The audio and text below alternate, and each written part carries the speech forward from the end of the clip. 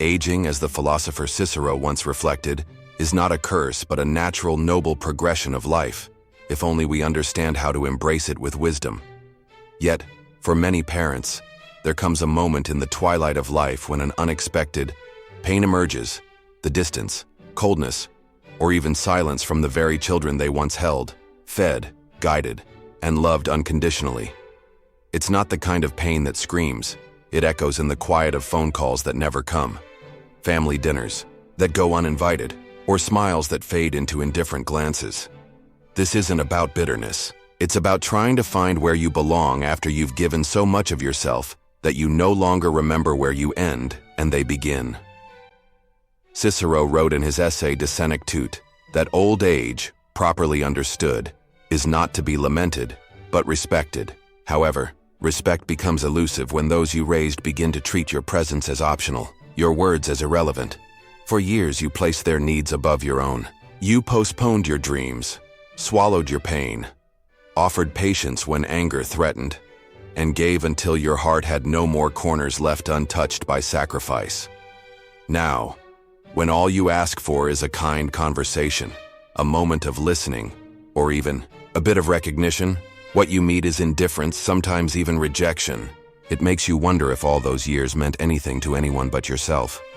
But what would Cicero say to that pain? He would likely advise looking inward first. The life of the mind, he wrote, is the greatest consolation of old age. It is, in solitude, not loneliness, that the soul can rediscover its worth. When your children ignore you, the first impulse may be to seek validation, to remind them of everything you've done. But validation from others is fleeting. Dignity, by contrast, is rooted in how we see ourselves. If your heart is broken by silence, the first step is not to demand noise from others, but to make peace with your own voice again.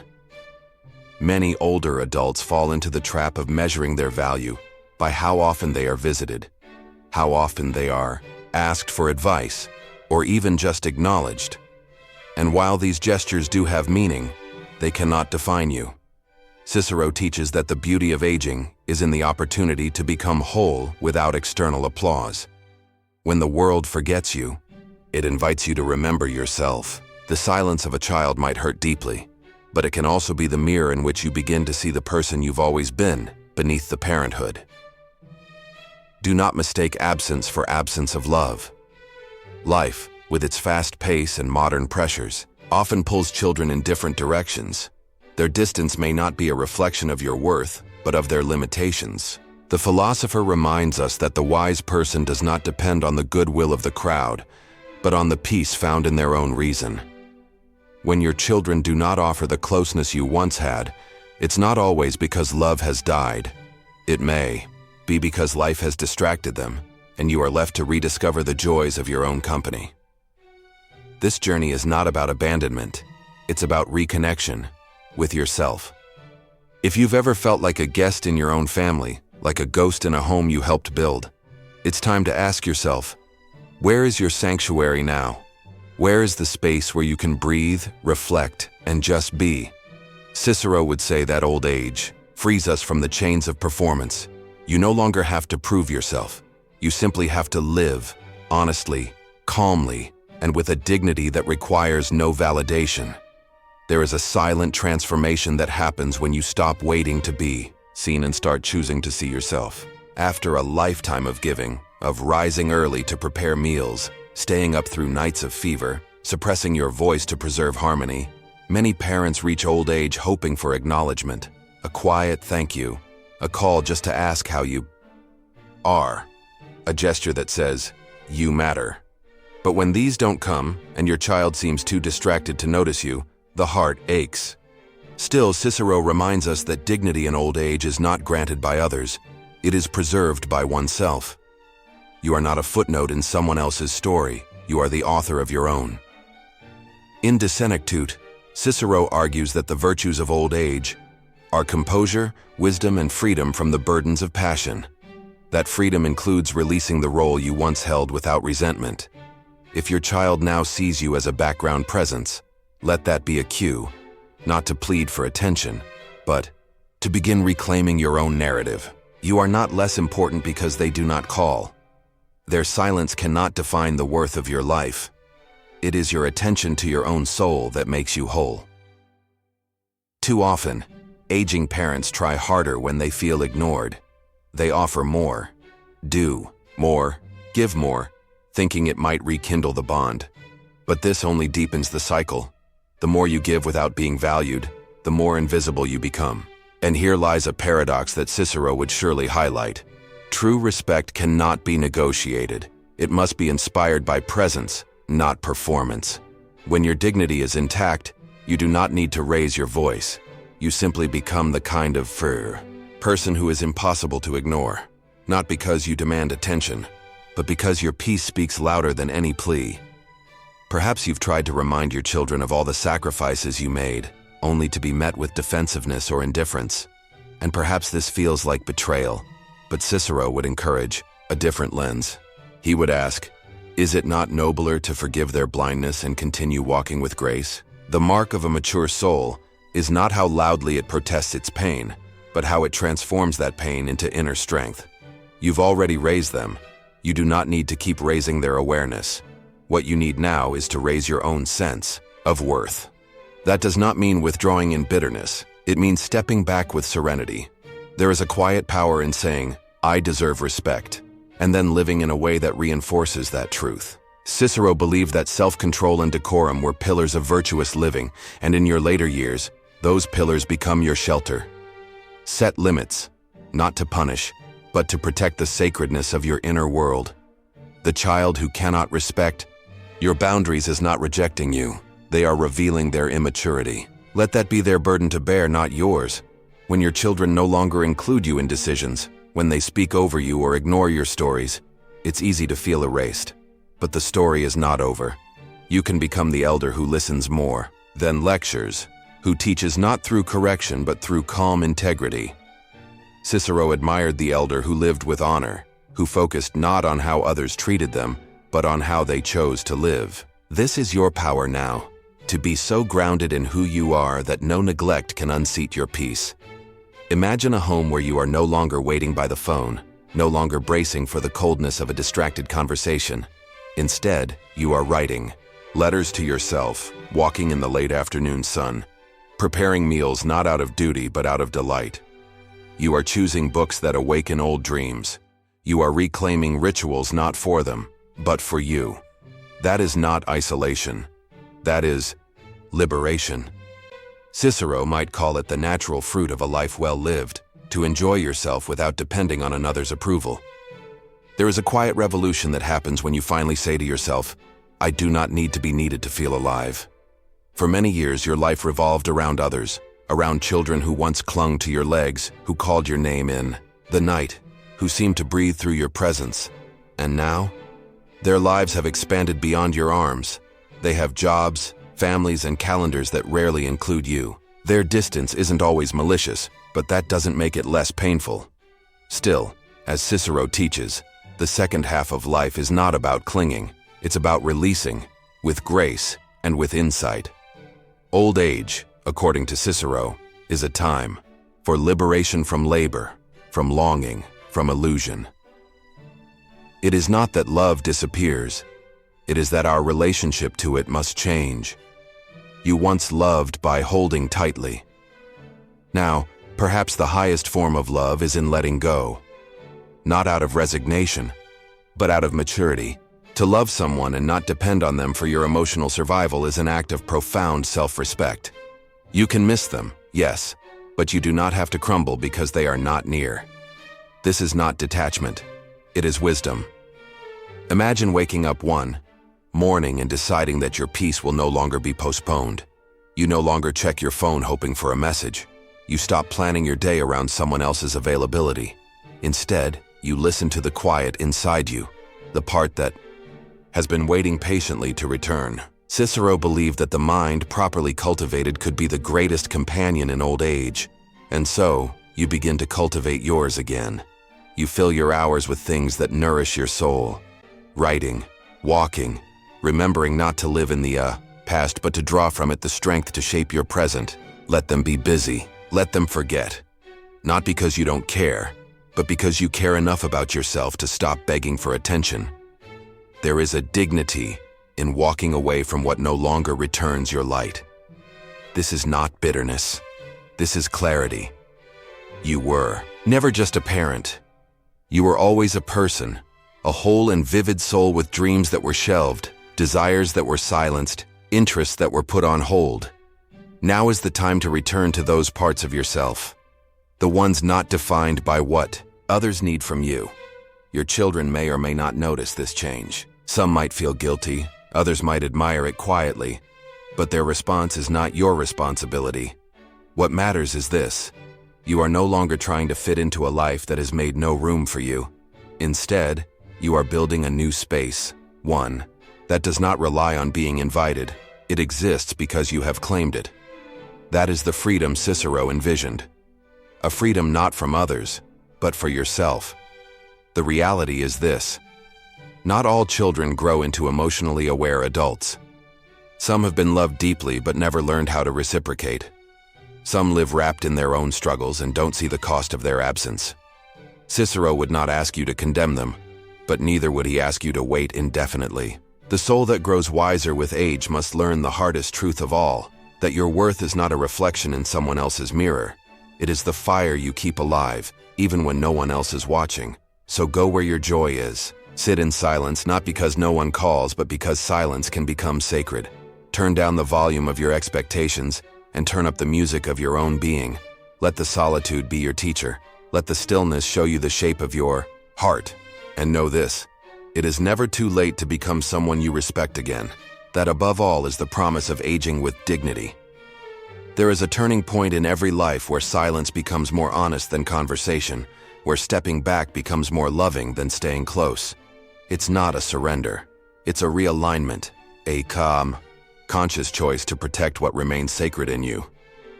Cicero understood this deeply.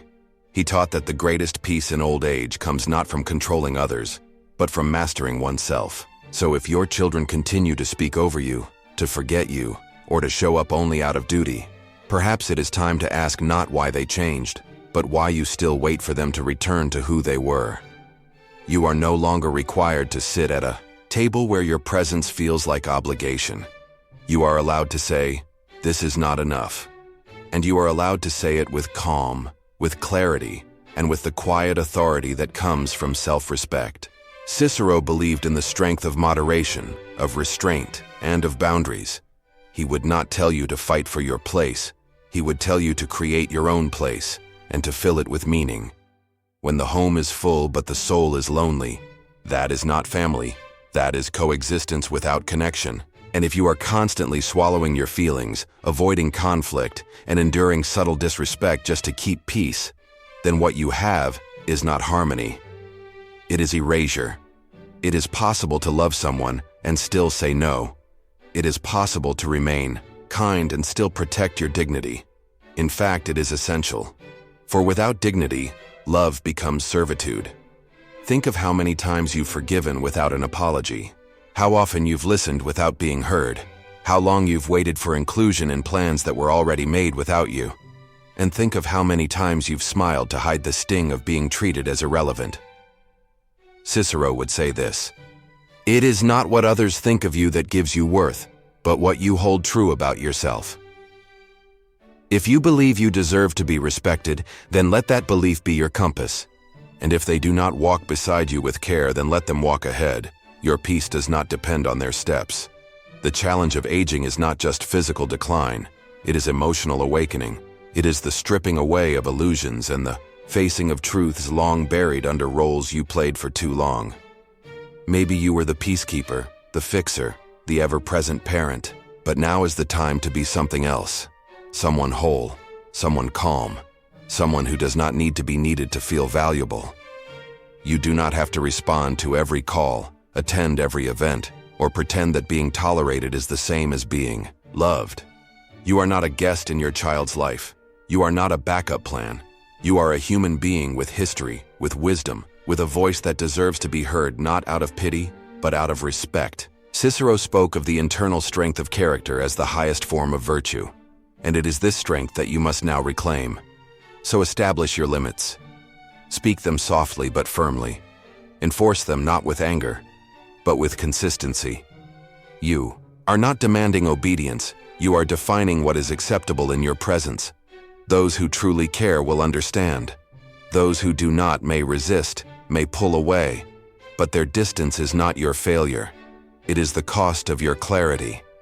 And clarity is a price worth paying for peace. There comes a moment in aging when you realize that the absence of others is no longer a wound, but a canvas. Cicero called old age a time for the soul to flourish inwardly, not in spite of solitude, but because of it. The world around you may grow quieter. Children move away not only physically but emotionally. Conversations shrink. Invitations stop coming. Yet, in this silence, something extraordinary becomes possible. The rediscovery of the self, untouched by others' expectations. You were once the center of a small universe, the provider, the healer, the guide. But now, in the space where demands once lived, something softer can emerge. You begin to wonder, who am I when no one needs me? Who am I without being constantly useful? These questions do not signify loss. They signal transformation. Cicero believed that aging offered freedom from ambition, from pleasing others, from the chaos of earlier life. He saw in this freedom the birth of a new kind of joy, the joy of living by your own rhythm. You don't need permission to slow down. You don't need applause to feel valuable. You don't need to be invited to someone else's table if you can set your own. There is beauty in choosing solitude over performance, in choosing peace over persuasion. You may still miss your children. Of course you do. But that longing no longer controls your actions. You stop waiting. And when you stop waiting, you start living. The home becomes your sanctuary again. You rearrange the furniture, not to impress anyone, but to feel more at home with yourself. You listen to music that no one else understands, but that stirs something ancient in you. You write down memories not because anyone asked, but because they deserve to be remembered. You take walks not to pass the time, but to feel time differently, to feel it as your own. This is not the life you once imagined, perhaps, but it is a life that can still be full of meaning, if you choose it. Cicero warned that resentment in old age turns the soul bitter. But reflection, he said, gives the soul light. And you now have the time to reflect, not on what others failed to give, but on what you still have to offer yourself. You've spent decades giving. Now, for the first time, you can give back to the one who made all that giving possible. You are not invisible because your phone doesn't ring. You are not irrelevant because your children no longer ask your advice. Their silence is not a measure of your legacy. You are visible the moment you decide to see yourself clearly. You are relevant the moment you live in a way that honors who you've become, not who others remember. So go ahead and cry if you must. Grieve the role that has ended. But do not stay in mourning. Turn the grief into grace. Build a new chapter, not out of necessity, but out of self-love. You've waited long enough for someone else to notice your worth. Now is the time to notice it yourself. In the end, perhaps the deepest form of love is not found in being remembered by others, but in remembering yourself. You've walked through the fire of silence, carried the weight of invisible grief, and survived the hollow ache of being ignored by those for whom you once gave everything. And yet, here you are, still breathing, still feeling, still capable of something extraordinary, self-reclamation. Cicero would tell you this is the true triumph of age, not what you receive, but what you rise into when the world falls quiet. You do not need to wait for a reunion to begin healing. You do not need an apology to reclaim your peace. Sometimes closure is not a conversation, it's a decision. A decision to stop defining yourself by someone else's absence. A decision to honor the road you've walked, even if no one else remembers every step. Cicero believed that wisdom in old age was not passive, it was active. It was the conscious shaping of one's inner world, so rich and strong that even neglect from others could not shake it. If your children never say thank you, let that not be your final story. If they never return your love the way you imagined, let that be their journey to walk. Yours is different now. Yours is a path back to yourself, to the version of you that existed before you were someone's mother or father, to the dreamer, the thinker, the soft soul who once believed in quiet mornings and long afternoons. That person is still here, waiting. And now, finally, you have time to return. This is not a call to give up on connection. It is a call to reconnect with the part of you that doesn't need to beg for love. Love given freely is beautiful. Love demanded becomes painful.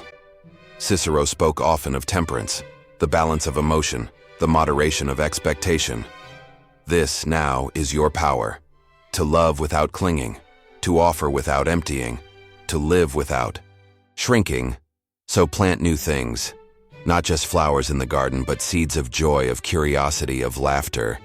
Read the books you never had time for. Learn the things you once postponed. Write the letters that will remind future generations who you were, not through the lens of someone's child, but through the truth of your own being. You are not just someone's parent. You are someone. Full stop. And one day, if your child returns, let it not be to find someone bitter or broken, but someone whole, someone glowing with peace, someone who did not wait to be rescued, but instead learned to rescue themselves. Let them see in you not guilt, not regret, but inspiration. For the highest form of parenting is to show what it means to stand tall, even when no one is watching. Cicero's final gift to us is the idea that old age, far from being a season of loss, is a season of truth. It strips away illusion and reveals what has always been true. You are not here to earn love. You are here to be love. And that begins with how you love yourself. So breathe deep. Let the past go, not with anger, but with reverence. Let your expectations dissolve, not in sadness, but in freedom. And walk finally into the peace that was always waiting for you. Not in their eyes, not in their voices, but in the sacred stillness of your own heart.